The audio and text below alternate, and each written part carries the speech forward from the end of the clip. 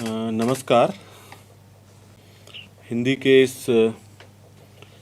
व्याख्यान में आपका बहुत बहुत स्वागत है। पिछले कई व्याख्यानों से आपको जीआईएस और रिमोट सेंसिंग के बारे में काफ़ी जानकारी प्राप्त हो गई होगी और मुझे लगता है कि अब तक आप ये भी जान चुके होंगे कि भाई रिमोट सेंसिंग या जीआईएस में जो डेटा के प्रकार होते हैं वो कौन कौन से हैं, जैसे रास्टर डेटा और वेक्टर डेटा, और कई बार हम कहते हैं एट्रीब्यूट डेटा। रास्टर डेटा आपने देखा होगा कि जो भी सैटेलाइट इमेजेस दिखाई देती हैं या जितने भी जो फोटोग्राफ के रूप में जो नक्शे वगैरह दिखाई देते हैं, ये सब रास्टर डेटा कहलाते हैं। अभी सामने स्क्रीन पे भी आप देख रहे हैं, एक ये रास्टर डेटा ही है। ये एक सैटेलाइट का इमेज है जो टिहरी डैम का है। तो ये जो इस प्रकार का डेटा होता है, जो सैटेलाइट डेटा है, जैसे नक्शे वगैरह हैं, ये सब रास्टर डेटा कहलाते हैं। अब जो रास्टर डेटा होता है, इसकी जो सबसे छोटी इकाई होती है, किस चीज़ से बना होता है, जैसे हम कहते हैं कि हर चीज़ की एक छोटी एटम, जैसे एक स्मॉलेस्ट सबसे छोटी जो इकाई होती है, इसी प्रकार इमेज की भी जो सबसे छोटी इकाई है वो है पिक्सल। करेक्ट। तो रास्टर डेटा की जो सबसे छोटी इकाई होती है वो कहलाती है एक पिक्सल, और उसी के आधार पे हम कहते हैं कि रास्टर डेटा का रिजोल्यूशन क्या है। वो पिक्सल ही हमको बताता है कि भाई रास्टर डेटा कितना क्लियर है या कितना विस्तृत जानकारी इस रास्टर डेटा में उपलब्ध है। जैसे हम कहें कि भाई मेरा जो रास्टर डेटा है, इसकी जो पिक्सल का जो साइज़ है, पिक्सल का साइज़ है 30 मीटर बाई 30 मीटर। तो मतलब जिसमें सबसे जो पिक्सल होगा, इसमें एक पिक्सल का साइज़ 30 मीटर बाई 30 मीटर है। इसका मतलब ग्राउंड पे या ज़मीन पे 30 मीटर बाई 30 मीटर की जो जानकारी है उसको एक पिक्सल से दर्शाया गया है। मीन्स 30 मीटर बाई 30 मीटर का जितना भी एरिया है वो सब एक पिक्सल में समाहित हो गया है। लेकिन सपोज यही मुझे ये तो बहुत एक कोर्स प्रकार की जानकारी हुई, लेकिन सपोज मुझे और डिटेल चाहिए, उस 30 मीटर के अंदर क्या है वो भी मुझे चाहिए। शहर के अंदर सपोज एक रोड के अंदर एक सपोज मुझे कार वगैरह देखनी है, या फिर मुझे कोई बहुत डिटेल में वो जानकारी प्राप्त करनी है, तो मैं क्या करता हूँ, उस पिक्सल के साइज़ को हम और कम करते चले जाते हैं। जैसे 23 मीटर पे ले लेते हैं, 10 मीटर पे वो सेटेलाइट डेटा मिल जाता है, 5 मीटर पे मिल जाता है, 1 मीटर पे मिल जाता है, 1 मीटर से 60 सेंटीमीटर से 30 सेंटीमीटर। तो हमारे पास आज की डेट में 30 सेंटीमीटर बाई 30 सेंटीमीटर के पिक्सल साइज के रास्टर इमेजेस या सेटेलाइट डेटा भी उपलब्ध हैं। इवन इसरो भी जो है आपको 60 सेंटीमीटर पिक्सल साइज के सेटेलाइट डेटा भी उपलब्ध कराता है। हालांकि ये सेटेलाइट डेटा बहुत ही क्लासिफाइड होता है, सब लोगों को ऐसे उपलब्ध नहीं है, कुछ खास लोग ही होते हैं, क्योंकि इसमें बहुत सारी सुरक्षा और अन्य पॉलिसीज़ का बहुत बड़ा रोल होता है। इस वजह से यह डेटा जो है पब्लिक डोमेन पे उपलब्ध नहीं होता है। लेकिन जो हमारी जो मैप पॉलिसी है उसके अनुसार करीब 1 मीटर तक का डेटा हमने पब्लिक डोमेन पे उपलब्ध करा रखा है। यही जो पिक्सल का जो मैं साइज़ कह रहा हूँ, इसको हम कहते हैं स्पेशियल रिजोल्यूशन।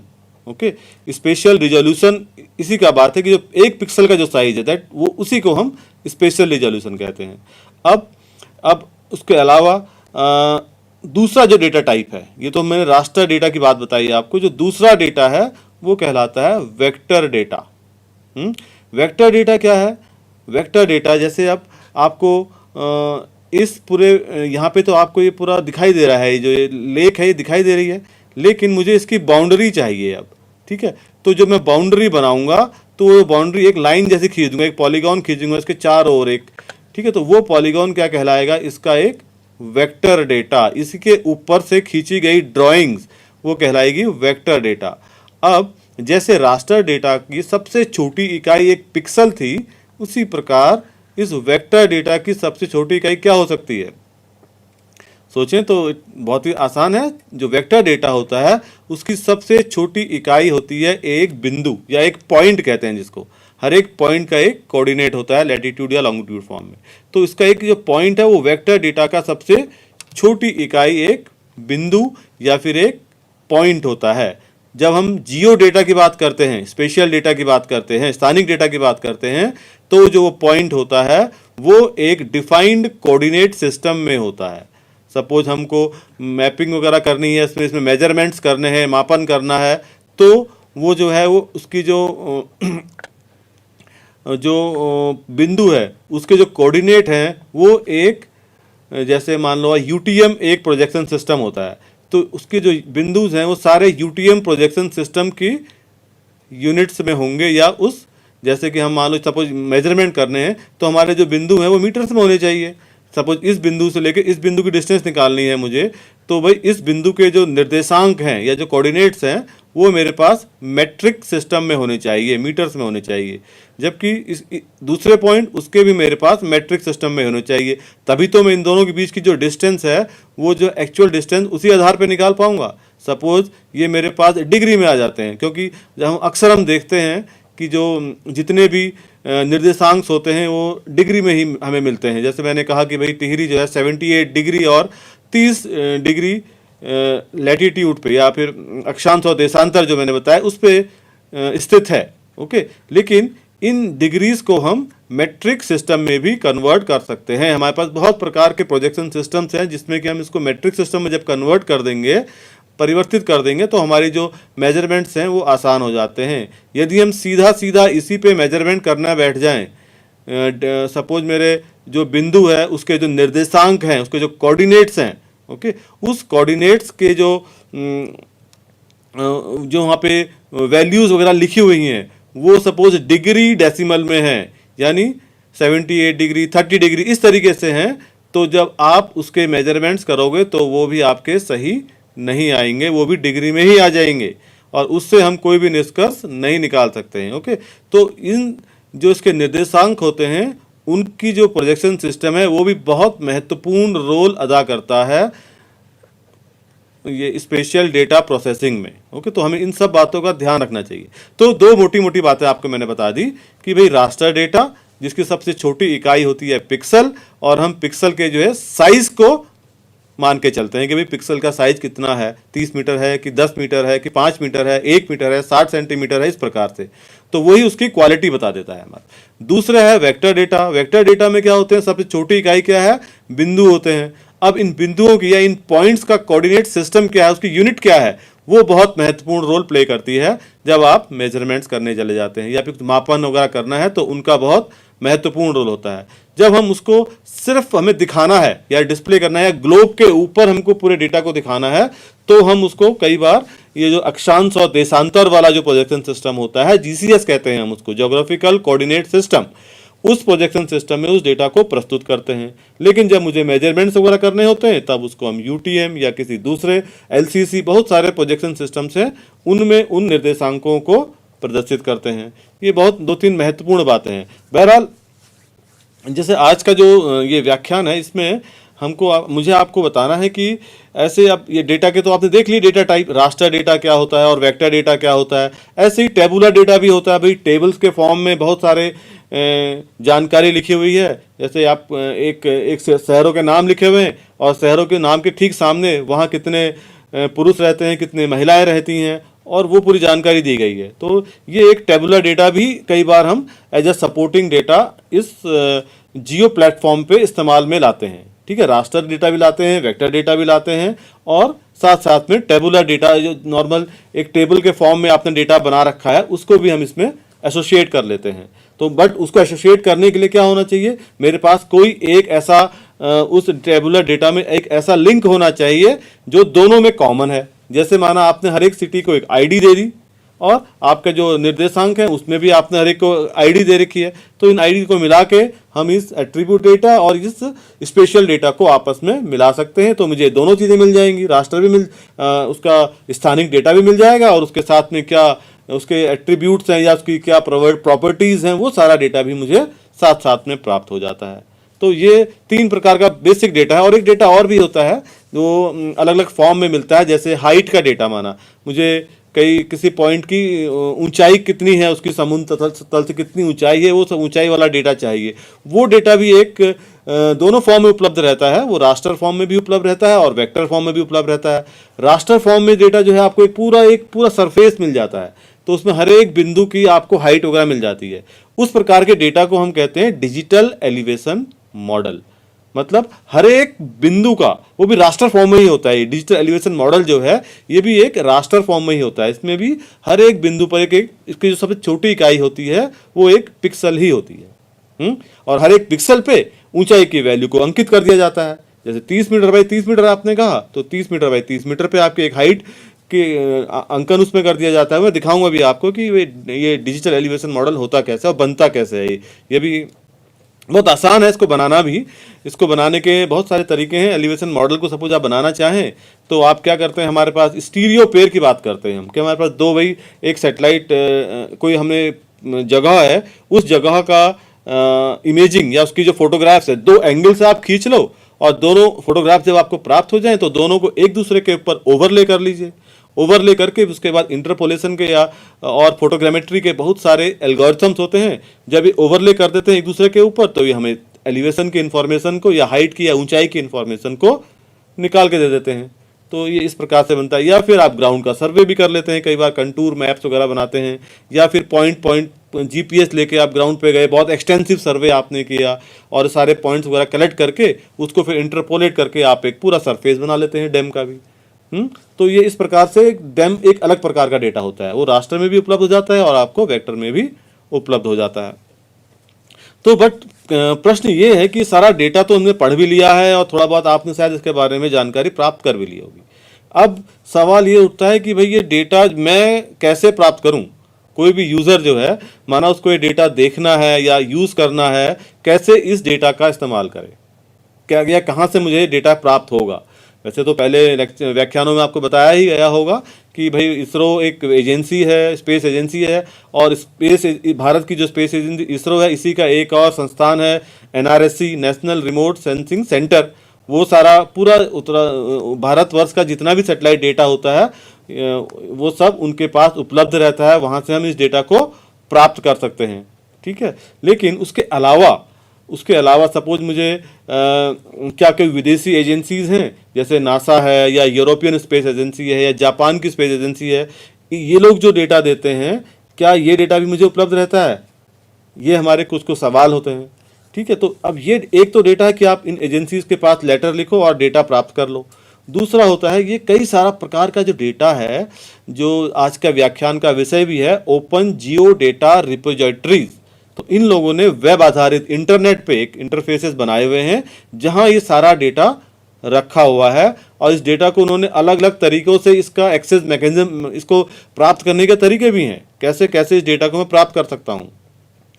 क्या मुझे डेटा सिर्फ देखने के लिए चाहिए, जैसे कि आप गूगल अर्थ में देखते हो, वहाँ आप पूरा डेटा देख लेते हो और थोड़ा लेवल का एक मेजरमेंट भी वहाँ पे आप कर लेते हो, कुछ ड्रॉ भी उसमें आप कर पाते हो, ठीक है। तो गूगल अर्थ में आपको पूरा डेटा एक सिटी लेवल तक, एक सिटी क्या कहो आप, बल्कि एक रोड के लेवल तक आपको डेटा वहाँ पे दिखाई देता है। आप अपना घर भी उसमें देख पाते हो और इवन आपके मोबाइल पे भी उपलब्ध रहता है। उस मोबाइल पे भी आप क्या करते हैं, सपोज आपको एक स्थान से दूसरे स्थान पे जाना है तो आप पूछते हो वो मोबाइल, आपको जो मोबाइल ऐप है या गूगल का जो ऐप होता है वो आपको बता देता है तुरंत कि भाई इस जगह से दूसरी जगह पे जाने के लिए सबसे छोटा रास्ता कौन सा है या सबसे ऑप्टिमल पाथ कौन सा है।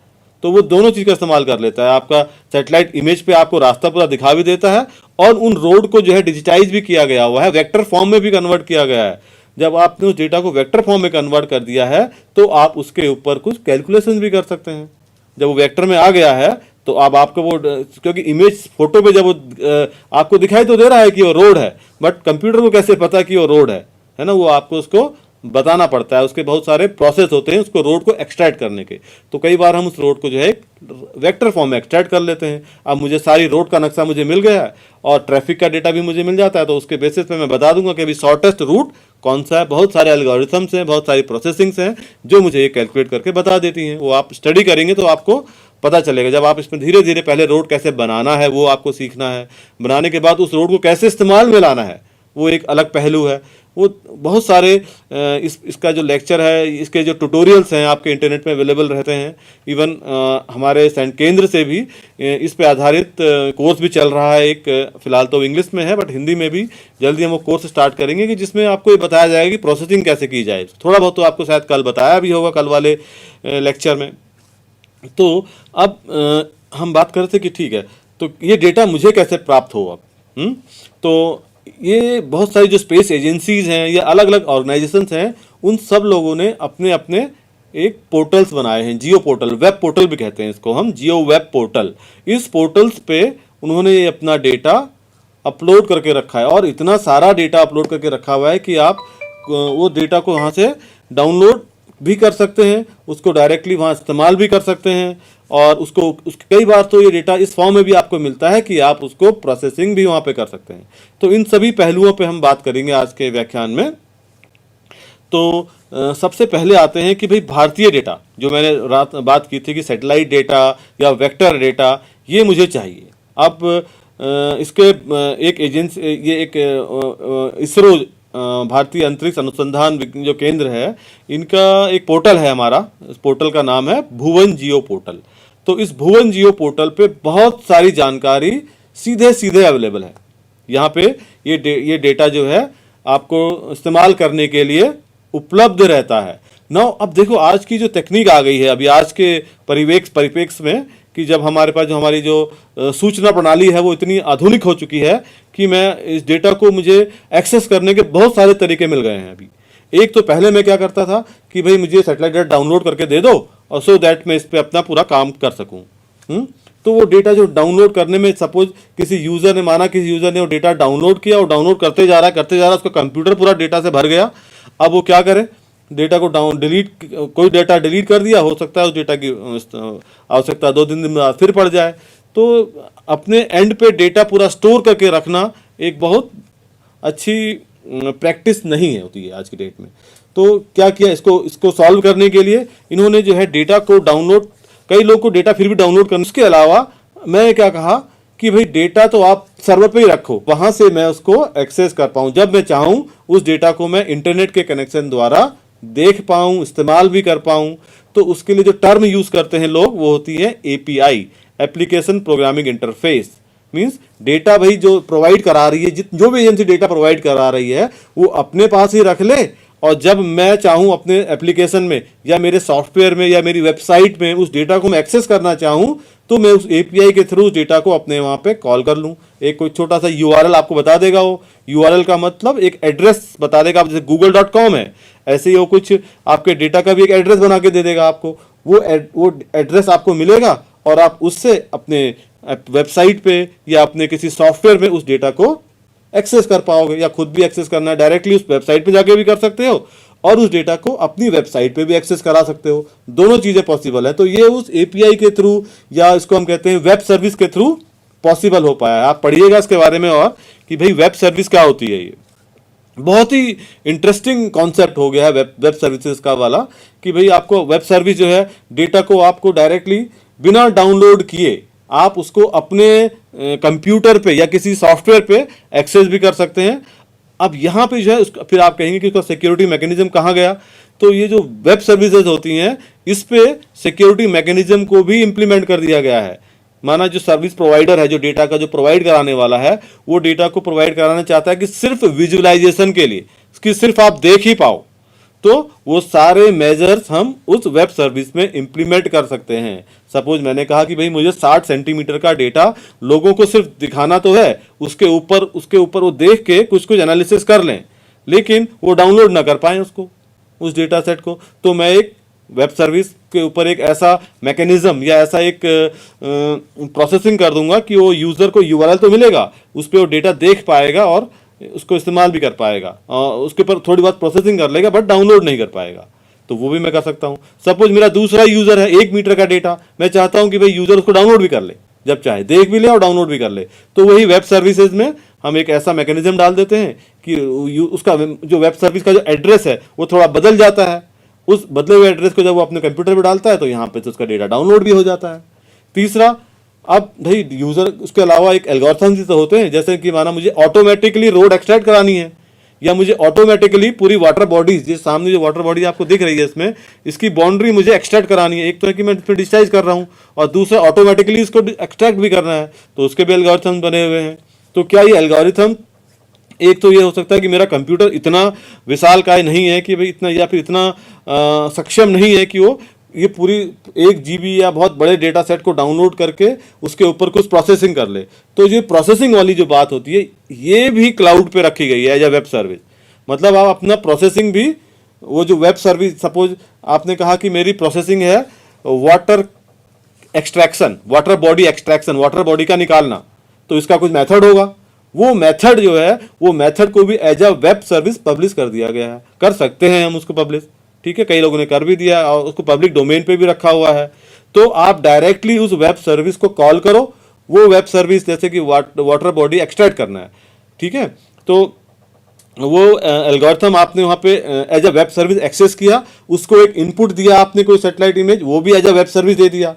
ये दोनों से चलेंगे और आपको जो है आउटपुट मिलेगा, उसको आप डाउनलोड करके रख लो अपने पास। भाई आपका काम तो इतना ही था कि आपको इसकी बाउंड्री चाहिए थी, तो इसकी बाउंड्री प्राप्त करने के लिए ट्रेडिशनली आप क्या करते, इस डेटा को डाउनलोड करते, एक सॉफ्टवेयर में लेके जाते, उस सॉफ्टवेयर में इसकी बाउंड्री को बनाते और फिर उसको, या फिर बाउंड्री को कुछ प्रोसेसिंग लगाती जिससे कि बाउंड्री एक्सट्रैक्ट हो जाती और फिर इस्तेमाल करते। तो आपका एंड प्रोडक्ट जो आपका इस्तेमाल की जो चीज़ थी वो थी इसकी सिर्फ बाउंड्री।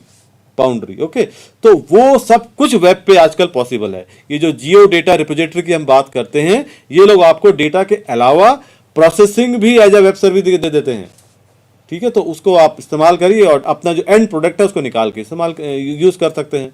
तो ये वेब सर्विस एक बहुत ही इंपॉर्टेंट भी आपने कर लिया। और थर्ड एक होता है कि डेटा का खाली विजुअलाइजेशन, कि सिर्फ आप, भाई मेरे पास अपना कोई वेबसाइट नहीं है, मेरे पास अपना कोई पोर्टल नहीं है, भाई आप अपनी वेबसाइट पे मुझे डेटा दिखा दो और मैं यहीं पर इसका इस्तेमाल भी कर सकूं। तो ये भुवन जियो पोर्टल जैसे एक बनाया गया है, इस पोर्टल पर डायरेक्टली जाके आप डेटा को देख भी सकते हैं, यहाँ पे थोड़ी बहुत एनालिसिस भी कर सकते हैं मोटा मोटा। जैसे एक एग्जाम्पल लेते हैं अभी हम, ठीक है, तो मैंने आपको बताया कि भाई भुवन जियो पोर्टल एक पोर्टल है या वेब पोर्टल है जो इसरो ने बनाया है, विकसित किया है, और ये पोर्टल आपको बहुत महत्वपूर्ण जानकारियां, ये जो मैंने डेटा के एक्सेस बताए थे आपको, उन सब के माध्यम से भी डेटा की अवेलेबिलिटी कराता है या डेटा आपको उपलब्ध करा देता है। ये डेटा डाउनलोड करने की फैसिलिटी भी ये देता है आपको, डेटा को as a web service access करने का फैसिलिटी भी आपको ये देता है, सुविधा ये देता है आपको।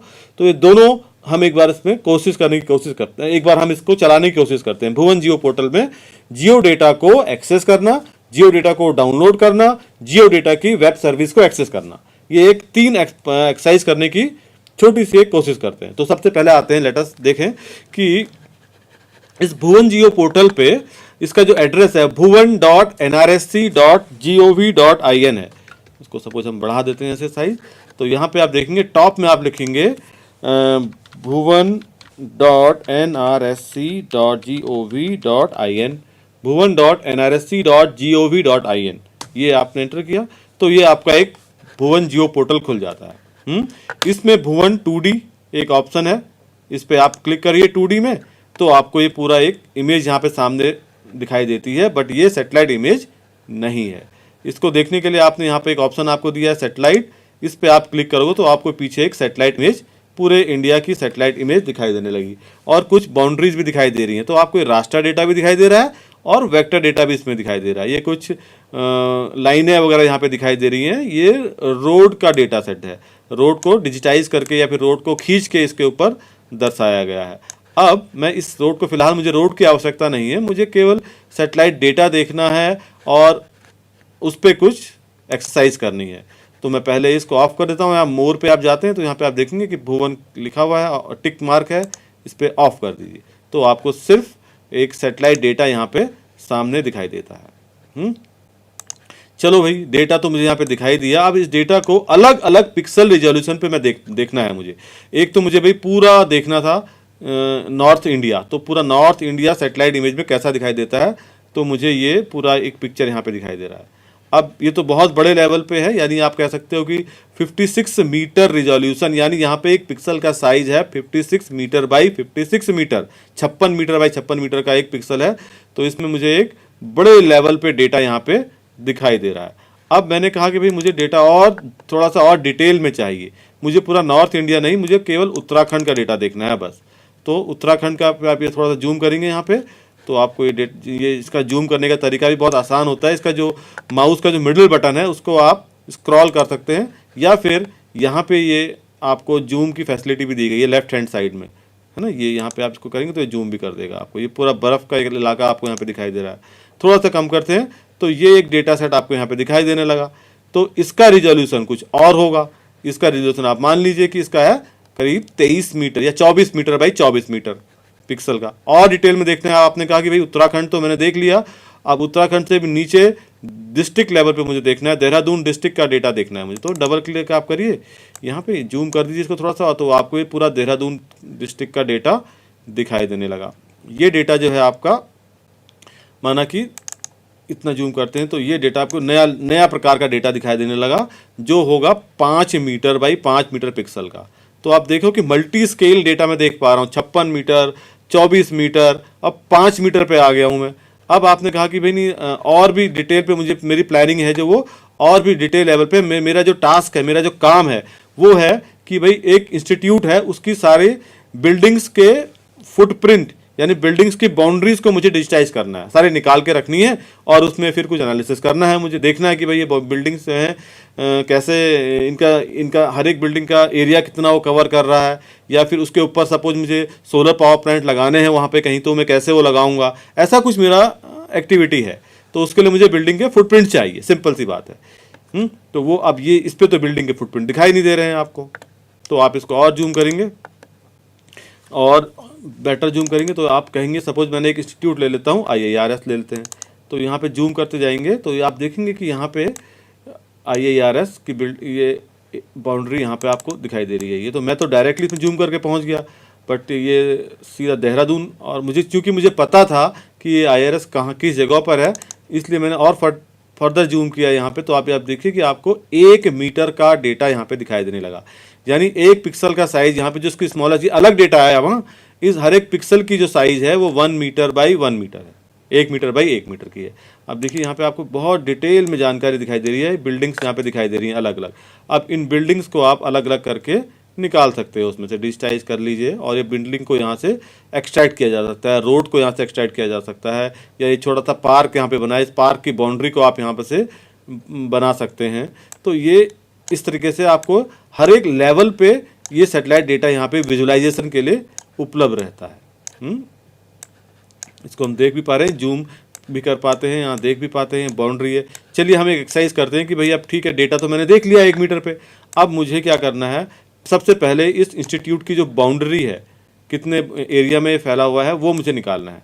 ये थोड़ा कम जूम करिए तो आपको उसकी पूरी बाउंड्री यहाँ पे दिखाई देगी। ये जो पेड़ से बने हुए हैं, सारे पेड़ हैं, इनको निकालना है, और एक बाउंड्री इसकी, ये बाउंड्री यहाँ पे आपको दिखाई दे रही है।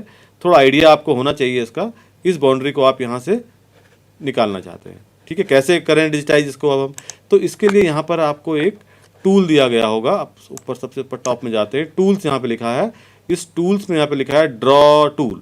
ओके, तो ड्रॉ टूल पे क्लिक कर लीजिए आप।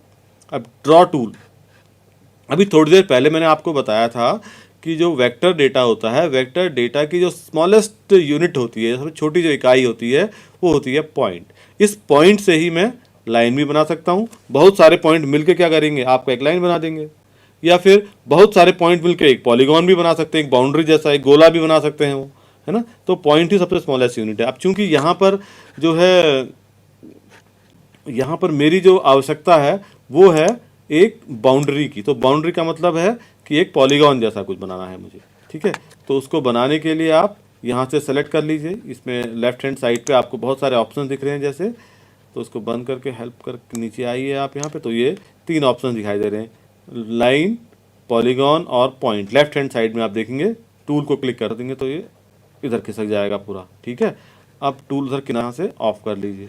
अब यहाँ से बाउंड्री बनाना आप स्टार्ट करिए। देखिए टूल्स, मैंने टूल्स में देखा था, आप दोबारा देख लेते हैं। टूल्स में था ड्रॉ टूल और यहाँ से पॉलीगॉन। ठीक है, अब ये मैं यहाँ पे कुछ इन्फॉर्मेशन इस सेटेलाइट इमेज में से डायरेक्टली 1 मीटर के सेटेलाइट के जो पिक्सल था यहाँ पर, उसमें से एक बाउंड्री को एक्सट्रैक्ट करने की कोशिश कर रहा हूँ।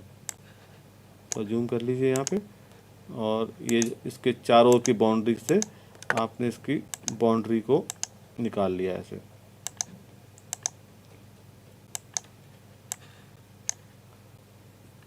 यहाँ पे आते हैं, यहाँ पे आ गए हम, और यहाँ पे क्लिक किया आपने, यहाँ पे क्लिक किया, ये क्लिक किया और सपोज ये बनाया आपने। ओके, अब आपने कहा कि नहीं ये बाउंड्री जो है बहुत सही नहीं बनी है, इसको मुझे थोड़ा एडिट करना है। ओके, तो इसको एडिट करने का भी सपोज कुछ गलत बन गया है, यहाँ पे इस तरीके से कुछ बन गया है। अब इसको एडिट करना है, तो एडिट करने के लिए आप क्या करेंगे, यहाँ पे जा सकते हैं दोबारा से, और ड्रॉ टूल में ही आपको यहाँ पे ऑप्शन दिखाई देता है एडिट, ये वाला जो बटन है।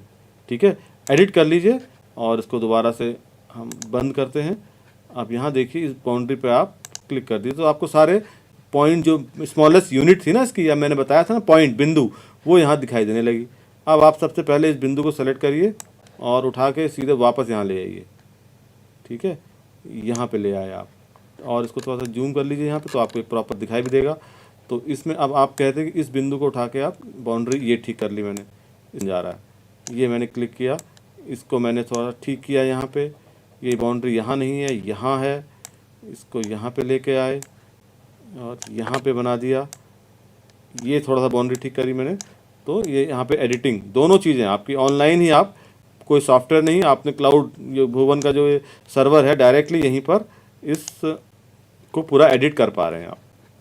ठीक है, एक लेवल का एडिट मैंने यहाँ पे कर लिया है, तो बाउंड्री आपकी यहाँ पे तैयार हो गई है। ठीक है, आप इस बाउंड्री को आप डाउनलोड भी कर सकते हैं। बाहर क्लिक कर दे, दोबारा इसमें आइए और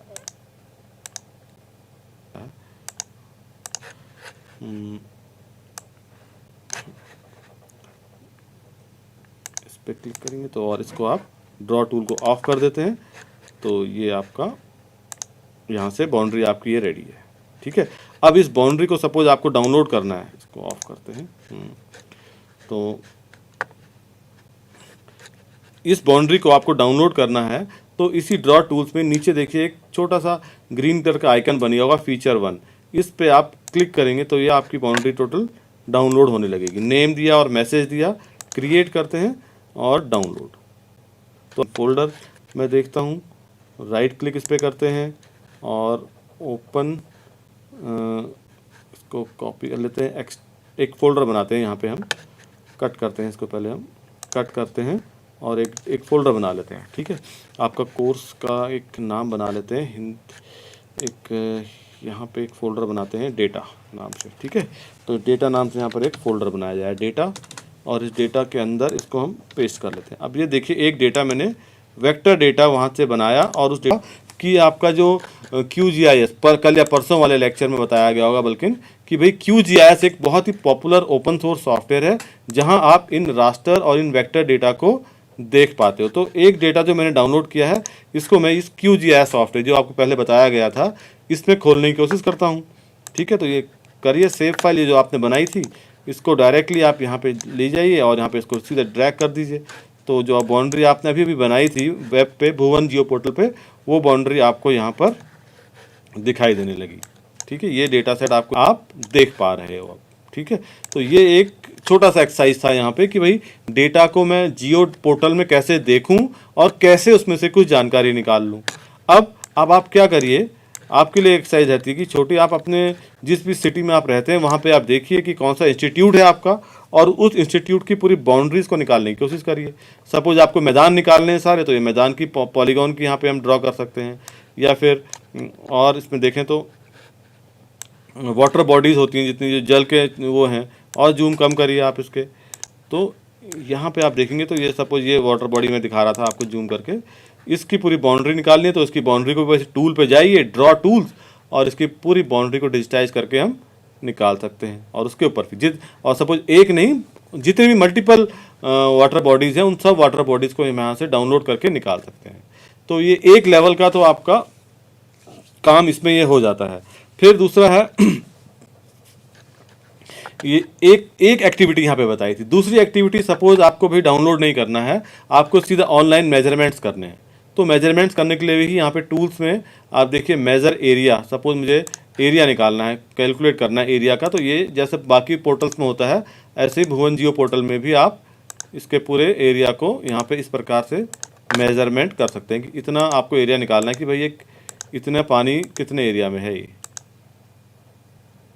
ये आपने क्लिक किया तो यहाँ पे इसने दिखा दिया आपको 15.27 स्क्वायर किलोमीटर। तो ये जो पूरा एरिया है करीब करीब 15 0.27 स्क्वायर किलोमीटर्स का एरिया है। ये जो टिहरी झील का मैंने आपको दिखाया था यहाँ पे सेटेलाइट इमेज, इसके ऊपर मैंने एक छोटा सा मेजरमेंट भी कर लिया।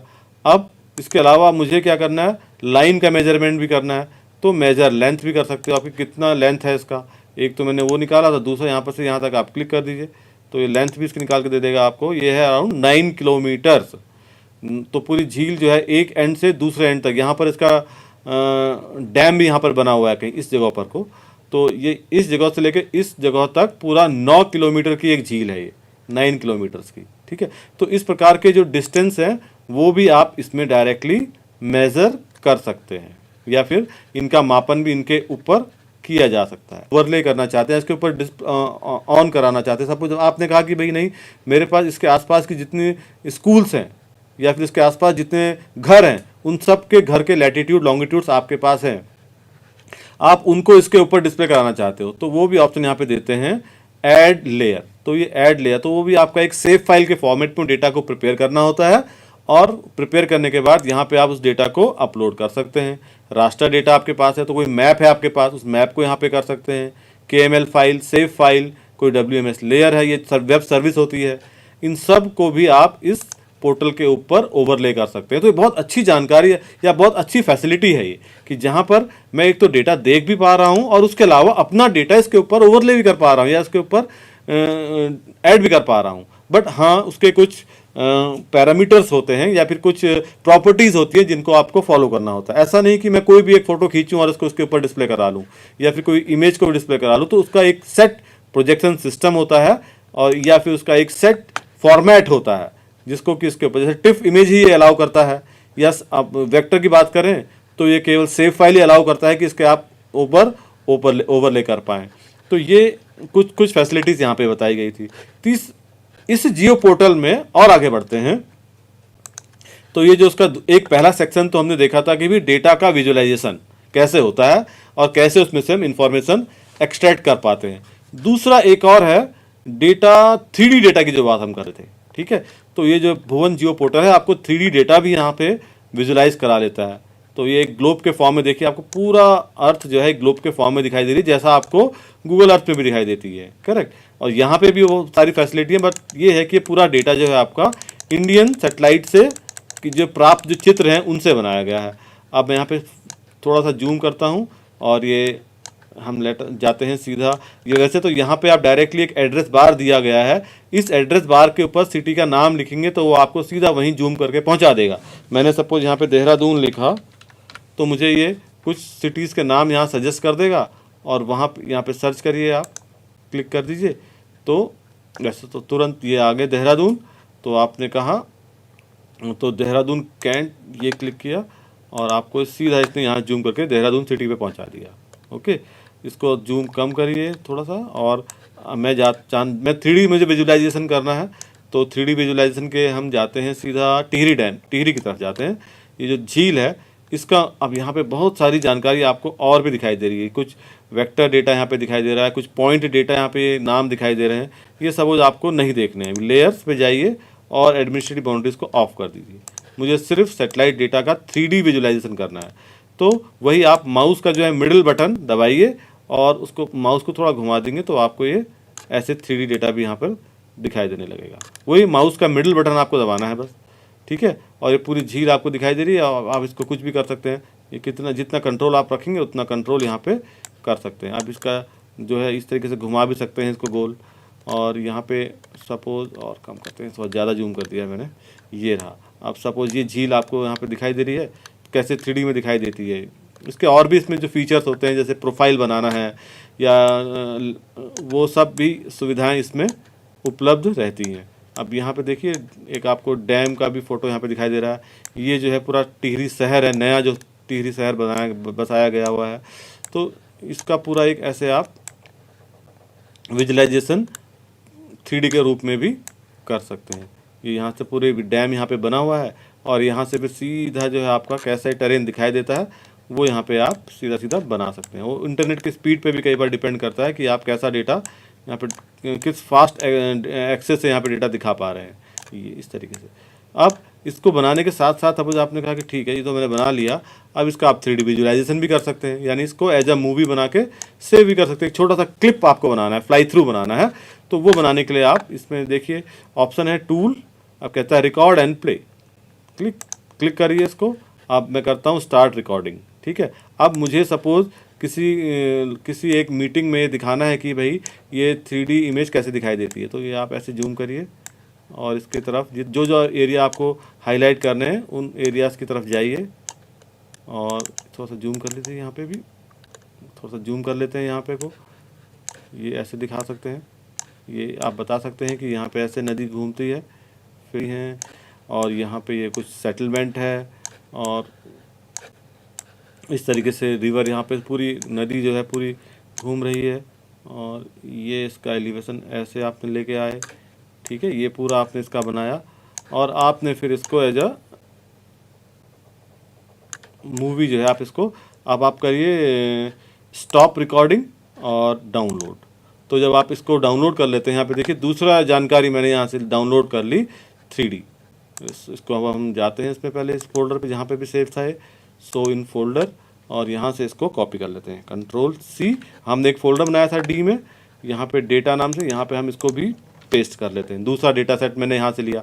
अब इसको हम देखने की कोशिश करते हैं कैसे दिखाई देता है। इसको आप किसी भी VLC मीडिया प्लेयर पे भी देख सकते हैं। तो जो भी आपने यहाँ पे एक्सरसाइज की थी वो पूरी आपकी रिकॉर्ड हो गई। आप देखिए धीरे धीरे जो भी आपने किया था, जैसे आप पहले डैम की तरफ आए थे, फिर डैम से नीचे की ओर बढ़े थे, तो ये पूरा जो है यहाँ पे एक स्मूथ भी आप बना सकते हो। ये तो मैं थोड़ा रुक रुक के बनाया था, बट आप इसको एक पूरा स्मूथ वीडियो भी अवेलेबल रहेगा या उपलब्ध रहेगा। इसका प्रयोग आप किसी भी प्रकार के डेमोन्स्ट्रेशन में या कोई प्रेजेंटेशन करना है वहाँ पर इसको आप बहुत ही आसानी से कर सकते हो। कई बार इंटरनेट नहीं आता है और आपको ऐसे एक ऑफलाइन फॉर्म में जो है डेटा दिखाना होता है, तो आप इसको ऐसे एक बना के लोगों को अप्राइज भी कर सकते हो कि एक टेरेन यहाँ पे कैसा दिखाई देता है। सपोज आपको वर्चुअल टूर बनाना है, अपने कॉलेज का ही वर्चुअल टूर बनाना है, तो वो वर्चुअल टूर आप इस प्रकार के 3D जो मैंने किया था अभी इससे करके भी दिखा सकते हैं। तो ये एक 3D डेटा भी हमने यहाँ पे देख लिया। अब आते हैं इसके आगे बढ़ते हैं। आगे बढ़ने के लिए डेटा डाउनलोड भी करना चाहते हैं अब हम। भाई ठीक है, डेटा मैंने विजुलाइज कर लिया, डेटा को 3D फॉर्म में भी मैंने देख लिया, अब उसको मुझे विजुलाइज करना है। तो ये ओपन डेटा आर्काइव इस पर एक ऑप्शन है। यहाँ पे आप देखेंगे बहुत अच्छी सुविधा इन्होंने दी है कि बट यहाँ पे आप बताना मैं ज़रूरी समझता हूँ कि सारा डेटा डाउनलोड करने के लिए नहीं रखा है। इस पर कुछ सेलेक्टेड डेटा ही डाउनलोड करने के लिए रखा है। वो अपनी हमारी जो मैप पॉलिसी होती है उसके आधार पर ही जो जिस डेटा की अनुमति हमें मिली होती है उसी डेटा को यहाँ पे हमने डाउनलोड करने के लिए रखा हुआ है। जैसे अभी एट प्रेजेंट, अभी आज की डेट में 23 मीटर बाई 23 मीटर के पिक्सल साइज का जो डेटा है वो यहाँ पे डाउनलोड के लिए अवेलेबल होता है, डाउनलोड के लिए उपलब्ध है। अब आप देखिए इसमें मैं लेता हूँ रिसोर्स एट लिस्ट 3। ये एक सेटेलाइट है हमारा रिसोर्स सेट 2 और उसका एक सेंसर है लिस्ट 3, ठीक है। ये जो सेटेलाइट सेंसर है इसका डेटा भी यहाँ टाइल फॉर्म में ऐसे अलग अलग उपलब्ध रहता है। अब यहाँ से मुझे कुछ डेटा सेट चाहिए। कौन सा डेटा चाहिए? मैंने कहा कि भाई देहरादून का सेटेलाइट इमेज मुझे चाहिए और 2008 का चाहिए, पुराना। ये बहुत इंपॉर्टेंट पॉइंट है यहाँ पे। ये आपको वहाँ पे भुवन या फिर गूगल पे तो आप देख पाते हो बट उसको डाउनलोड नहीं कर पाते हो। अब यहाँ पे मुझे 2008 का भी डेटा चाहिए और 2018 का भी डेटा चाहिए, और इन दोनों डेटा सेट को लेके फिर मैं कुछ एनालिसिस करना चाहता हूँ या फिर मैं कुछ और काम करना चाहता हूँ। वो कैसे करेंगे? सबसे पहले तो मैं उस सिटी पे जाता हूँ, अपनी जो देहरादून मैंने बताया था DEHRADUN, इसको सर्च कर लेते हैं, ठीक है। सर्च करें तो ये सीधा एक पॉइंट मार्कर यहाँ पे बना के दे देगा मुझे। ये देहरादून लिया मैंने, उत्तरांचल, तो ये डायरेक्टली इसने मुझे यहाँ पर एक पॉइंट बना के दिया। आप यहाँ पे जूम कर लीजिए तो आपको दिखेगा कि यहाँ पे देहरादून सिटी ये रही, और इस सिटी पे ये एक टाइल दिखाई दे रही है मुझे, ठीक है। इस टाइल को आप डाउनलोड कर लीजिए। आप ये भी कह सकते हैं कि भाई सपोज 2 टाइल में आया तब क्या करें, तो आप फिर दोनों टाइलों को डाउनलोड करिए, इसको भी और इसको भी, और फिर इन दोनों को आप मोजाइक कर लीजिए। मोजाइक कैसे करना है वो भी देख लेंगे हम। वो ये आपका QGIS सॉफ्टवेयर में बहुत आसानी से इन दोनों को आप मोजाइक भी कर सकते हो, इन दोनों को मिला के एक सीन बना सकते हो। अब जैसे ये देखना है आप मुझे, ये देहरादून सिटी ये टाइल पे पूरा देहरादून अधिकतर देहरादून सिटी इसमें कवर हो जा रही है। तो मुझे इस सेटेलाइट डेटा को आप डाउनलोड करना है। लिस्ट 3 का डेटा है ये। तो इसको डाउनलोड करने के लिए आप थोड़ा सा इसमें लेफ्ट हैंड में नीचे आइए, इंटरैक्टिव ड्राइंग ये यहाँ पे कहता है, और भी मेथड है वैसे तो, बाउंडिंग बॉक्स है, मैप सीट है, टाइटल है, इंटरेक्टिव ड्राइंग है। तो मैं इंटरेक्टिव ड्राइंग सेलेक्ट कर लेता हूँ। इंटरेक्टिव ड्राइंग सेलेक्ट करने के बाद मैं इसको एक पॉलीगॉन, इसके ऊपर छोटा सा पॉलीगॉन बनाता हूँ। तो ये पॉलीगॉन सेलेक्ट हो गया। अब हम कहते हैं कि भाई मुझे तो चाहिए था, टाइम तो मैंने इसमें डिफाइन नहीं किया। तो आप ये नेक्स्ट करिए, तो ये दिखा देगा कि कौन कौन सा डेटा भाई इस सिटी के लिए आपके पास अवेलेबल है या उपलब्ध है। अब देखिए 2008 23 अक्टूबर, यहाँ पे आप साफ साफ खुद देखेंगे तो आपको मिल जाएगा। यहाँ पे लिखा हुआ है 23 अक्टूबर 2008। बहुत छोटा सा दिख रहा है ये, बट मैं तो इसको पढ़ पा रहा हूँ। आप खुद से ट्राई करेंगे तो आप भी दिखाई देगा ये, ठीक है। इसका डेटा का मेटा डेटा भी है, इसको देखना है तो व्यू देख लीजिए। तो ये उसको एक छोटा सा व्यू आपका यहाँ पे दिखाई दे रहा है कि ये डेटा इस तरीके से दिखाई दे रहा है, ठीक है। तो अब ये डेटा को मुझे डाउनलोड करना है 23 अक्टूबर 2008 का। तो यहाँ पे आप क्लिक करिए इसको, और डेटा को आप थोड़ा बढ़ाएंगे तो यहाँ पे डाउनलोड का ऑप्शन भी है। तो इस डेटा को आप ऐसे डायरेक्टली, आप कहता है कि you need to log in, तो आपको पहले इसमें रजिस्टर होना बहुत ज़रूरी है। अब रजिस्टर होने के लिए ये पोर्टल यहाँ पे खोल के देता है। इसमें सबसे नीचे एक ऑप्शन है न्यू यूज़र, नया यूज़र आप बना लो, वो भी बना सकते हो आप। उसके अलावा चूँकि मेरा यूज़र ऑलरेडी बना हुआ है तो मैं अपने यूज़र से यहाँ पे एक बार लॉगिन कर लेता हूँ अपने यूज़र आईडी से।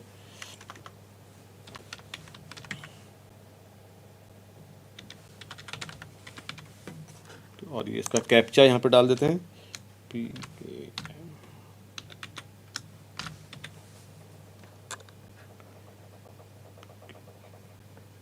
कैप्चा वैलिडेशन फेल, तो दूसरा कैप्चा डालते हैं RZP कैपिटल PT, ठीक है। तो लॉगिन करते हैं तो आपका ये लॉगिन हो जाता है। तो लॉगिन होने में आपको टॉप में आपका अपना नाम दिखाई देगा, यहाँ पर वेलकम आपका जो भी नाम है वो यहाँ पे आपको दिखाई देगा। अब आप इसको डेटा को डाउनलोड करने जाते हैं तो ये बहुत आसानी से आपको डाउनलोड करने देगा।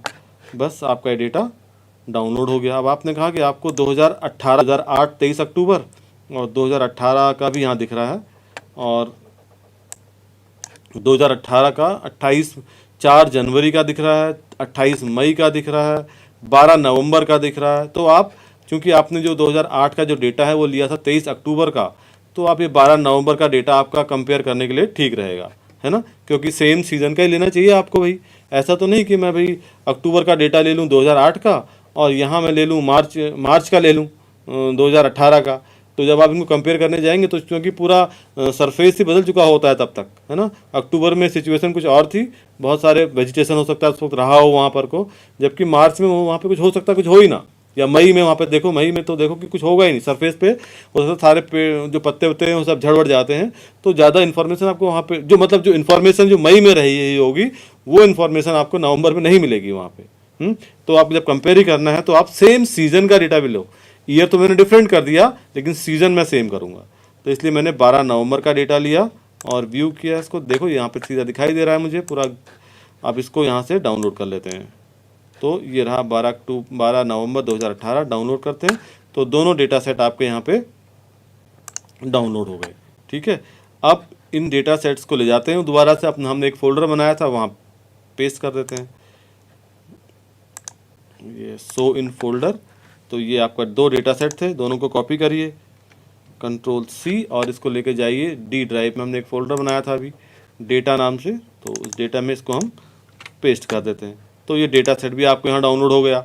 अब इसको यहाँ एक्सट्रैक्ट कर लीजिए एक, और दूसरा वाला भी डेटा को मैं यहाँ पे एक्सट्रैक्ट कर लेता हूँ, डेटा एक्सट्रैक्ट, ठीक है। तो दोनों 2008 और 2018 दोनों डेटा सेट आपको मिल गए। अब इनको मुझे विजुलाइज करना है, देखना है कैसा दिखाई देता है, टिप फाइल होती हैं। तो उसी के लिए आप QGIS सॉफ्टवेयर लीजिए, और ये रहा आपका QGIS सॉफ्टवेयर।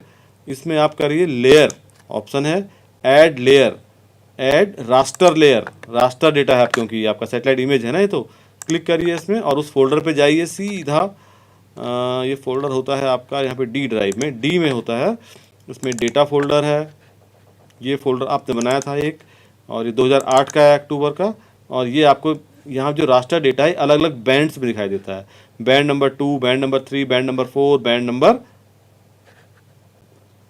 ये एक आपका बैंड नंबर 6 लिखा है इसने, ठीक है 5, sorry band number 5, 2, 3, 4 and 5, 5 band हैं इसमें टोटल।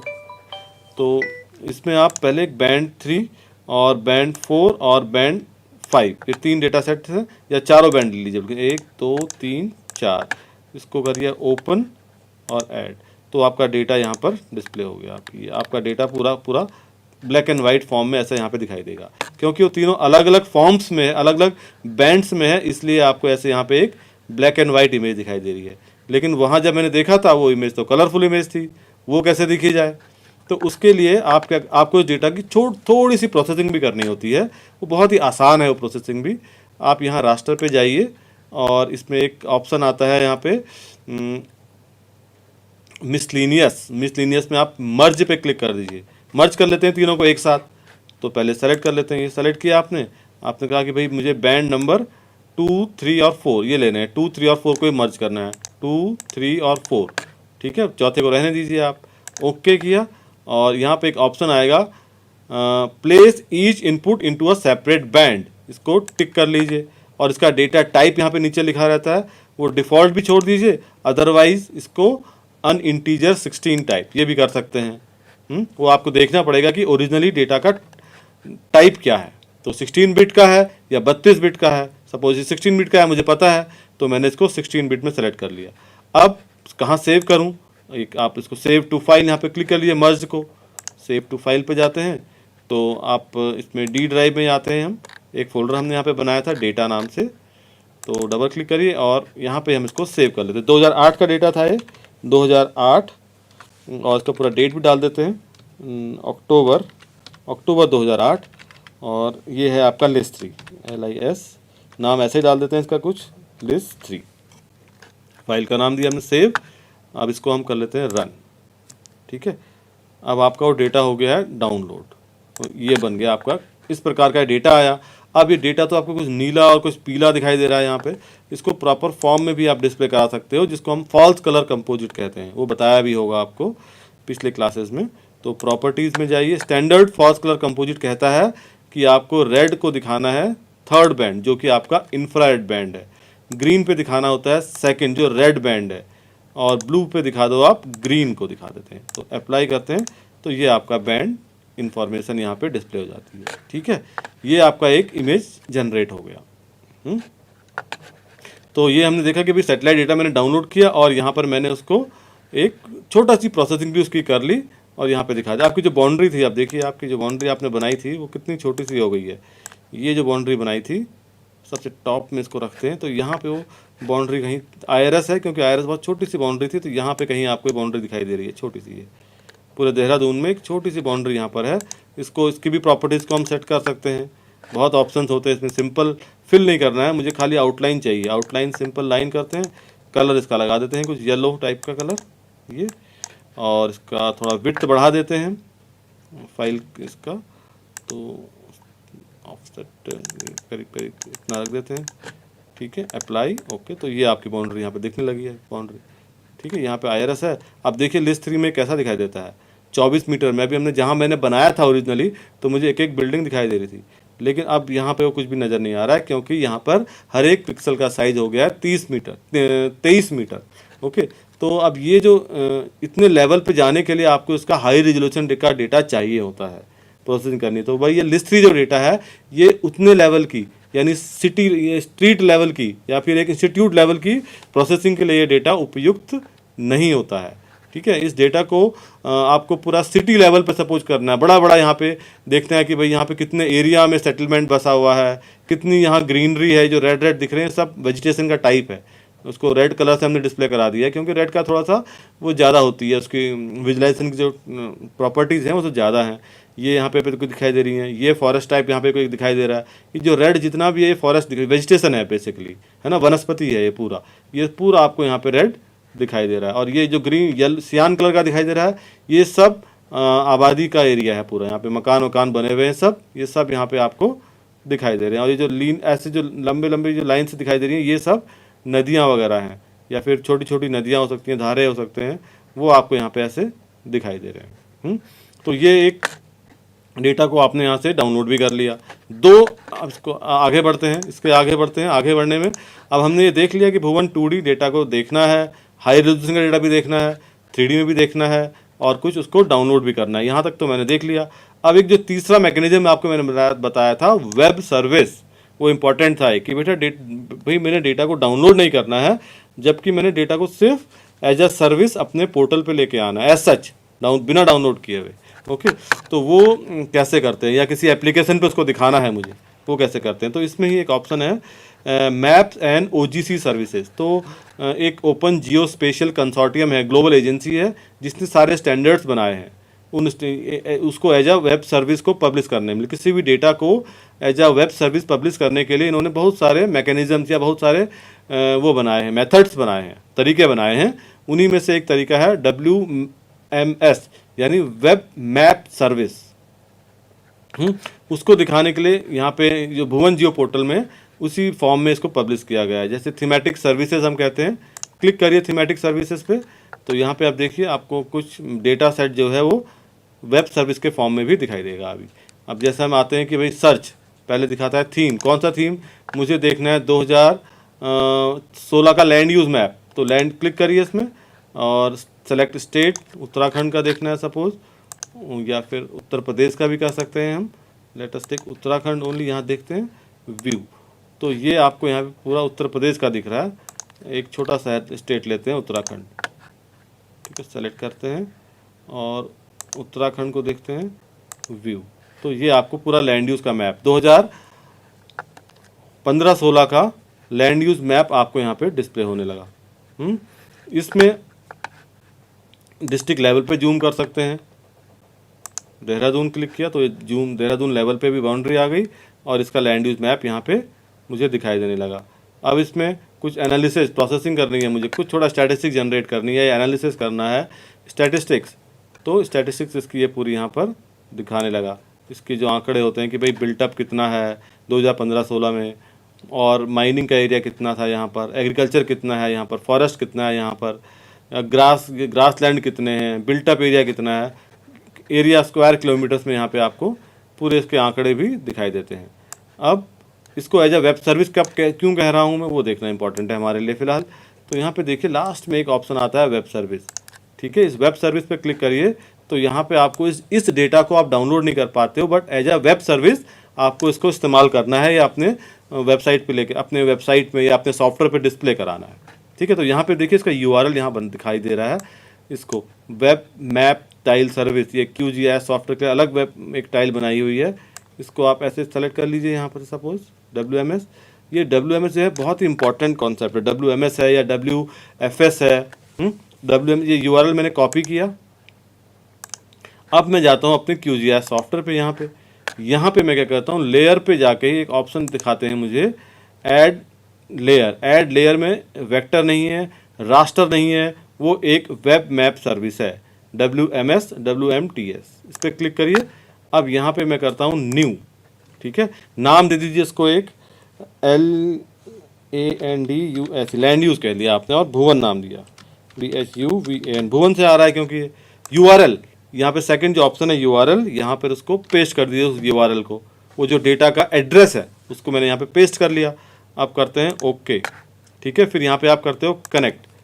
ये डेटा एक्सेस का एक नया मैकेनिज्म होता है। हाँ, अब यहाँ पे आपको पूरे डेटा सेट की लिस्टिंग दिखाने लगा, ठीक है, ये देखिए इलेक्शंस हैं और ये सारे दिखाने लगा ये तो, लेकिन आपका जो है वो एक डेटा सेट स्पेसिफिक है, उस डेटा सेट का नाम क्या है वो देख लेते हैं। ये तो पूरा सर्वर का एड्रेस था, सर्वर के एड्रेस के बाद आप इसके नीचे ही देखेंगे तो यहाँ पे आपके लेयर का नाम है LULC UK 50K 1516, ये नाम है लेयर का। इस लेयर के नाम को भी आप कॉपी कर लीजिए, और कॉपी करने के बाद इस लेयर को आप यहाँ पे देख भी सकते हैं। यहाँ पे देख लीजिए कहाँ पे उस लेयर का नाम क्या है, वो सर्च करने जाते हैं तो यहाँ पे आपको बॉटम में ये मिल जाता है। इसका नाम है आपका LULC नाम से स्टार्ट है, तो इसमें आइए आप यहाँ पे क्लिक करके LULC L क्लिक करेंगे तो आपको सीधा LULC पे पहुँचा देगा, ये रहा, ठीक है, LULC। और इसमें LULC आपको ये चंडीगढ़ का दिखाता है, और ऐसे इसमें LULC UK का भी आ जाएगा बॉटम में।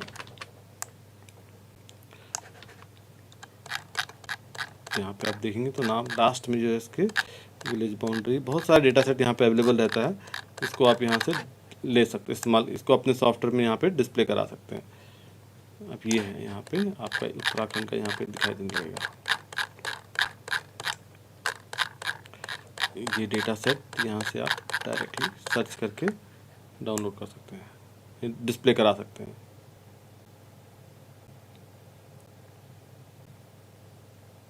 ये LULC क्लिक करेंगे इसको तो ये आपको, हाँ LULC UK L प्रेस करेंगे तो ये आपको डेटा यहाँ पे 15-16 का ये सेलेक्ट किया आपने, ऐड करते हैं और क्लोज, तो ये डेटा आपको यहाँ पे देखिए आ गया। तो जो पूरा लैंड यूज़ का जो मैप था वो डेटा सेट आपको यहाँ पे अब उत्तराखंड का पूरा दिखा था हमने, ठीक है, हमने पूरा एक नहीं लिया था, वो डेटा पूरा उत्तराखंड के रूप में यहाँ पे अवेलेबल है। तो ये पूरा डेटा सेट आपके इस सॉफ्टवेयर में भी आ गया। अब यहाँ पे इस डेटा को डाउनलोड करने की सुविधा नहीं है, बट इस डेटा को आप यहाँ पे दिखा सकते हैं, डिस्प्ले करा सकते हैं। यही पोर्टल, ये जियो पोर्टल है, सपोज कल भविष्य में ये इसको दें कि भाई आपको WMS मैंने आपको बताया था, एक WCS भी है, वेब कवरेज सर्विसेज, उस फॉर्म में उपलब्ध करा देते हैं ये। यहाँ तो अभी WMS है, हो सकता है कल मोबाइल पॉलिसी बदल जाए तो WCS के फॉर्म में भी दिखाने लगेंगे, तब आप इस डेटा को डायरेक्टली आप अपने इस पोर्टल पे डाउनलोड भी कर पाएंगे। तभी पूरे इन्फॉर्मेशन के साथ ये डेटा आपके इस वेब पोर्टल, ये इस आपके अपने कंप्यूटर पे ये जो डेटा सेट है ये डाउनलोड भी हो जाएगा। तो ये तो वेब सर्विस का भी हमने देख लिया। तो 3 ऑप्शंस जो थे आपके भुवन जियो पोर्टल पे, थीमेटिक सर्विसेज, ऐसे ही इसमें और भी हैं। अब आप कोशिश करिएगा कि कैसे ये डेटा आप अलग अलग प्रकार का डेटा यहाँ देखें। जैसे आप देखिए सर्च पे आते हैं, लैंड यूज लैंड कवर का था 15-16 का, 11-12 का, 2005-6 का, तो ये पूरी लिस्टिंग है यहाँ पर पूरे डेटा सेट्स की। ये पूरा डेटा आपको डायरेक्टली अवेलेबल रहता है एज अ वेब सर्विस। ये जितनी भी लेयर्स यहाँ पे दिखाई दे रही हैं, ये सारी लेयर्स आपको, ये सारा डेटा सेट आपको एज अ वेब सर्विस उपलब्ध रहता है। जियोमॉर्फोलॉजी का है, वेस्ट लैंड का है, अर्बन लैंड यूज़ है, लैंड डिग्रेडेशन है, वाटर बॉडीज़ हैं, इन सब का जो लास्ट कॉलम यहाँ पे दिखाई देगा आपको वेब सर्विस, उस पर जब आप क्लिक करेंगे तो आपको उसको नीचे बॉटम में एक उसका URL दिखाई देगा और यहाँ पर उसका लेयर का नाम भी दिखाई देगा। इन दोनों को आपको इस्तेमाल करना है और अपने किसी सॉफ्टवेयर पे, QGIS में हो सकता है, ArcGIS भी हो सकता है, या फिर कोई आपका वेब पोर्टल भी हो सकता है, प्रोग्रामिंग आप जानते हैं तो वहाँ पे भी आप इस URL के फॉर्म में भी इस डेटा सेट को उस वेबसाइट में भी ऐड करा सकते हैं वेब। तो ये तो था भुवन जियो पोर्टल के बारे में एक छोटा सी जानकारी मैंने आपको थोड़ा बहुत बताया। आप इसको पूरा एक्सप्लोर करने की कोशिश करिए कि कैसे इसमें डेटा को मुझे और कौन कौन सा डेटा है आपके संदर्भ का जिसको आपको इसमें यहाँ से डाउनलोड करना है और उसको कैसे आपको इस्तेमाल करना है। इसके अलावा एक और बहुत जल्दी मैं आपको बताता हूँ, एक दूसरी वेबसाइट है जिसमें आपको ये तो इंडियन सैटेलाइट का डेटा है, इसके अलावा दूसरी जो सैटेलाइट हैं या फिर दूसरे जो कंट्रीज़ हैं उनका भी अपना एक पोर्टल्स बने हुए हैं जहाँ से आप विदेशी जो सैटेलाइट्स होती हैं उनका डेटा भी डाउनलोड कर सकते हैं। एक वेबसाइट है अर्थ एक्सप्लोरर, यहाँ ये लोग भी आपको डेटा डाउनलोड करने के लिए ऑप्शंस यहाँ पर देते हैं, सुविधा प्राप्त करवाते हैं। जैसे आपने क्लिक किया USGS, ये नासा का एक वेब पोर्टल है, यहाँ से भी आप बहुत प्रकार का सैटेलाइट डेटा डाउनलोड कर सकते हैं। यहाँ पे 30 मीटर का डेटा अवेलेबल है, यहाँ पे 10 मीटर का डेटा सेट भी अवेलेबल है डाउनलोड करने के लिए, जिसका नाम है सेंटिनल। तो उस डेटा सेट को भी आप यहाँ से डाउनलोड कर सकते हैं। तो इसमें भी वही सेम सुविधाएं इस प्रकार की यहाँ पे भी दी गई हैं। पहले आपको जियो कोडर कहाँ पे किस एरिया का डाउनलोड करना है उसका आप लोकेशन यहाँ पे दे दीजिए। उसके बाद फिर नेक्स्ट इसमें ऑप्शन देता है डेटा सेट, कौन कौन सा डेटा आपको डाउनलोड कराना है, ये ऑप्शन यहाँ पे दिखाई दे रहे हैं। बहुत सारे ऑप्शन हैं, एरियल इमेजरी है, CEOS लेगेसी है, EO1 का डेटा सेट है, या फिर यहाँ पे लैंड कवर का डेटा सेट दे रखा है, या फिर आप सेंटिनल का एक 10 मीटर का सैटेलाइट डेटा है वो यहाँ पे दिखाई दे रहा है। इनको एक्सप्लोर करने की आप कोशिश करिएगा। और ये QGIS सॉफ्टवेयर आपको ये सब डेटा फिर बैंड टू बैंड आपको मिलेगा, उसको फिर आपको थोड़ी सी प्रोसेसिंग करके अपने प्रयोग में लाना होता है। अब ये तो था सारा रास्टर डेटा के बारे में बात की थी हमने कि बहुत प्रकार का सैटेलाइट इमेजेस हैं जिसको हमने प्रोसेस भी किया अभी वेब पोर्टल्स पे, और उसको हमने एज अ डेटा को डाउनलोड भी किया। उसके बाद हमने देखा कि कैसे उसको एज अ वेब सर्विस हम अपने पोर्टल पे लेकर अपने वेब सॉफ्टवेयर में लेके आए थे। इसके और इंडियन सैटेलाइट देखी थी हमने, और ये कुछ विदेशी सैटेलाइट्स भी हैं नासा की, इनका भी ये पोर्टल है। इसके अलावा थोड़ी सी बात करते हैं वेक्टर डेटा की भी, वही बहुत एक इंपॉर्टेंट पॉइंट है कि भाई बहुत सारी बाउंड्रीज, क्या मुझे सारी बाउंड्रीज दोबारा से बनानी पड़ेंगी? नहीं, बहुत सारा डेटा, जैसे पूरा रोड नेटवर्क या बहुत सारे स्कूल्स की लोकेशंस होती हैं या बहुत सारे कुछ लेक्स हैं, वाटर बॉडीज हैं, उनकी लोकेशंस है, वो भी एक पोर्टल है, बहुत इंपॉर्टेंट पोर्टल है ओपन स्ट्रीट मैप।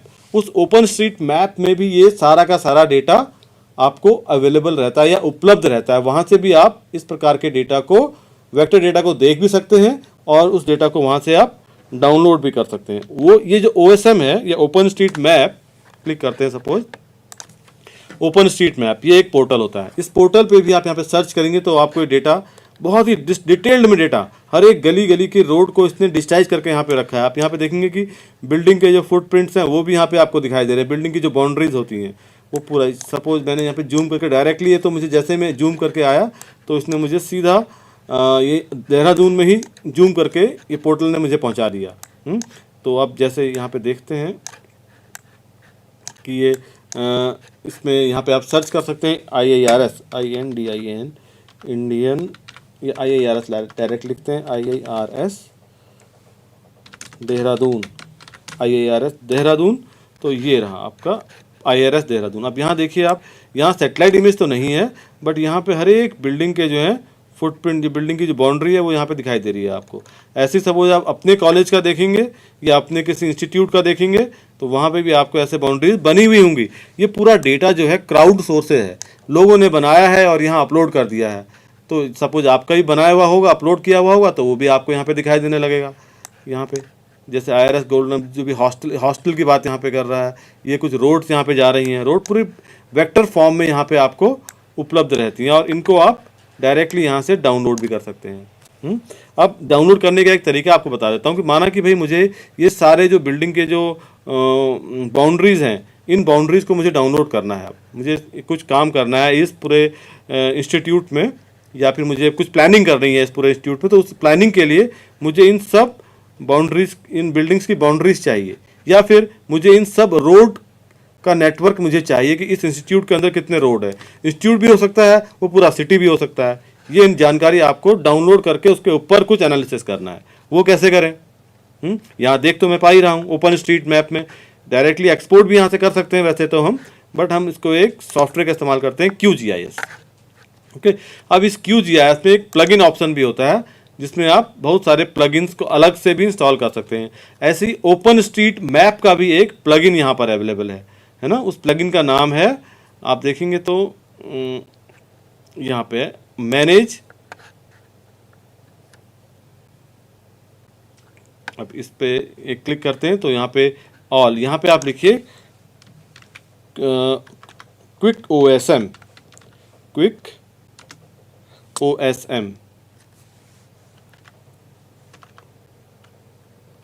OSM, तो ये आपको यहाँ पे दिखा देगा। क्विक OSM एक प्लगइन है, इंस्टॉल प्लगइन। प्लगइन जैसे यहाँ पे इंस्टॉल होगा, अब आप देखेंगे कि कैसे यहाँ से डेटा डायरेक्टली हो गया। आप देखेंगे तो वेक्टर में आ गया होगा क्विक OSM, जो वेक्टर एक मेनू बार है कि लास्ट में क्विक OSM आ गया। अब उसको मुझे डाउनलोड करना है। उसमें से बाउंड्रीज मैंने आपको बताया था, एक्सरसाइज तो मेरी वही थी। ऑफ कर लीजिए सारे डेटा के सेट को, फिलहाल हम ऑफ कर लेते हैं, ठीक है। अब सबसे पहले उस OSM को आप यहाँ पे देखेंगे कि एक ब्राउज़र पैनल आपको दिखाई दे रहा है, ये लेफ्ट हैंड में ही ब्राउज़र। सपोज ये नहीं दिखाई देता है तो आप व्यू में जाके पैनल्स में यहाँ पे एक ब्राउज़र है, इसमें टिक कर लीजिए, इसमें सेलेक्ट कर लीजिए तो आपको ये पैनल यहाँ पे दिखाई देने लगेगा। अब इस पैनल पे ही आप नीचे जाते हैं तो XYZ टाइल्स हैं, इसको आप क्लिक करिए। ओपन स्ट्रीट मैप है, इसको यहाँ पे ड्रैग कर दीजिए तो ये ड्रैग होकर यहाँ पे आ गया सीधा। अब बाउंड्री लीजिए आप IIRS की, जो हमने अभी भुवन में बनाई थी, राइट क्लिक इसमें मैंने किया, जूम टू लेयर। आप यहाँ देखिए कि ये बाउंड्री पूरी IIRS की यहाँ पे जूम होकर वहीं पर पहुँच गया है। अब मुझे इसके सारे बिल्डिंग्स की बाउंड्रीज चाहिए, तो उसके लिए मुझे वेक्टर पे आएंगे, quick OSM, okay, quick OSM पे क्लिक करते हैं। अब यहाँ पे आप लिखिए बिल्डिंग, एक पहला आता है की, तो आपने किया बिल्डिंग सेलेक्ट किया और वैल्यू यहाँ पे ऑल, कुछ पर टाइप करिए, ऑल हो जाएगा। सारी बिल्डिंग्स मुझे चाहिए। इन कहाँ पर? इस कैनवास एक्सटेंट में, इस कैनवास एक्सटेंट में, या फिर आप लेयर की एक्सटेंट भी कह सकते हैं। लेयर की बाउंड्री के अंदर लेयर कौन सी है? ये जो अभी थोड़ी देर पहले IIRS की बाउंड्री हमने निकाली थी, पूरे भुवन से डाउनलोड की थी, उसको मैंने यहाँ पे सेलेक्ट कर लिया। उस बाउंड्री के अंदर जितनी भी बिल्डिंग्स हैं उनको सेलेक्ट करो, उनको डाउनलोड करो मैं कह रहा हूँ इससे। तो ये कहता है रन क्वेरी, आप देखेंगे कि डाउनलोडिंग, एंड आपकी सारी बिल्डिंग्स यहाँ पे डाउनलोड होके मिल गई हैं आपको। अब इसको आप ऑफ कर लीजिए। ये आपने ओपन स्ट्रीट मैप ऑफ कर दिया। आप देखिए कि इस बाउंड्री के अंदर जितनी भी बिल्डिंग्स थी उन सब बिल्डिंग्स की बाउंड्रीज मुझे मिल गई हैं, पूरा डेटा यहाँ पे मुझे मिल गया है। ओके, इस बिल्डिंग को आप ओपन एट्रीब्यूट टेबल करेंगे यहाँ पे राइट क्लिक करके, तो देखिए उसकी एट्रीब्यूट्स, उनके सारे एट्रीब्यूट्स भी आपके पास यहाँ पर अवेलेबल हैं। उनके नाम क्या है बिल्डिंग के, जो वहाँ पे डले हुए हैं वो सारे नाम आपको यहाँ पे मिल गया। Geo informatics building, gymnasium building, click करता हूँ कहाँ पर है ये देखते हैं, तो यहाँ पे जूम करके आप इसमें डायरेक्टली जा भी सकते हैं। ये दिखा दिया जिम्नेजियम बिल्डिंग यहाँ पे कहीं है आपकी। तो ये डेटा सेट यहाँ से आप ओपन स्ट्रीट मैप से डाउनलोड भी कर सकते हैं। ये बहुत ही आसानी से आपके लिए डाउनलोड हो गया। अब आपकी एक्सरसाइज रहेगी कि भाई आप अपने सिटी में कोई एक इंस्टीट्यूट सेलेक्ट करिए और उसके जितने बिल्डिंग्स के फुटप्रिंट्स हैं उनको डाउनलोड करने की कोशिश करिए वहाँ से। तो ये दो महत्वपूर्ण जियो पोर्टल्स के बारे में, और भी बहुत सारे पोर्टल्स हैं। एक पोर्टल का नाम आपको मैं बताना चाहूँगा, उसका नाम है ओपन वेदर मैप। नोट कर लीजिए, ओपन वेदर मैप। ये आपको वेदर की इंफॉर्मेशन, भाई किस सिटी में क्या कैसा वेदर है वो आपको सपोज जानना है, तो वो भी आप यहाँ से ले सकते हैं। जैसे एक वो API के through as a web service ही आपको वो डेटा भी मिल जाता है। जैसे मैंने एक ऑलरेडी डाउनलोड करके रखा हुआ है ओपन वेदर मैप, या आप इस वेबसाइट पे जाएंगे तो आपको डिटेल यहाँ पे मिल जाएगी। सपोज मुझे देहरादून का वेदर के बारे में जानकारी चाहिए, क्लिक करिए। वैसे तो आपको आप गूगल पर डायरेक्टली मिल जाता है, लेकिन आपको रोज़ की रोज़ चाहिए और ऑटोमेटिकली आपके वेबसाइट में या आपके किसी सॉफ्टवेयर में ऑटो अपडेट होते रहे, रोज़ आता रहे खुद ही, तो वो भी आप इस API के थ्रू कर सकते हैं। इसको मैं ये जो URL है इसका, ये एड्रेस है, ये आपने कॉपी किया और इसको सीधा इस ब्राउज़र पे डायरेक्टली यहाँ पे आपने पेस्ट करके एंटर किया, तो आपको इसने ये कुछ जानकारी JSON फॉर्मेट, अलग अलग फॉर्मेट्स होते हैं, टेक्स्ट फॉर्मेट में आपको यहाँ पे दिखाना शुरू कर दिया। इसको थोड़ा जूम कर देते हैं और सो दैट आपको साफ साफ यहाँ पे दिखाई दे। जो मैंने टॉप में देहरादून लिखा था, यहाँ पे देखिए पूरा URL यहाँ पे लिखा हुआ है और एड्रेस उसका, उस एड्रेस में Q = देहरादून लिखा हुआ है। और इसको सपोज मैं कर लेता हूँ दिल्ली DELHI, दिल्ली कर देते हैं, तब देखते हैं क्या आता है। तो ये दिल्ली का आ गया। अब देखिए यहाँ हिंदी में भी, यहाँ पे लैंग्वेज भी आप देख सकते हैं। ये जो पूरा एड्रेस है, इस एड्रेस के साथ आप प्ले कर सकते हो। यानी Q = दिल्ली लिखा है तो आप सिटी का नाम बदल दीजिए। अब HI देखो, लैंग LANG = HI लिखा हुआ है हिंदी, तो ये हिंदी में आपको दिखा रहा है यहाँ पे। इस लैंग्वेज को आप ENG करेंगे तो इंग्लिश में दिखाने लगेगा, या कोई दूसरी लैंग्वेज है, जिस भी लैंग्वेज में कहो उस लैंग्वेज में आपको ये data as a web service यहाँ पे आपको दिखाता है। तो आप ट्राई करिए कि ओपन वेदर मैप को कैसे एक्सेस किया जाए या कैसे इसमें से डेटा मुझे लिया जाए।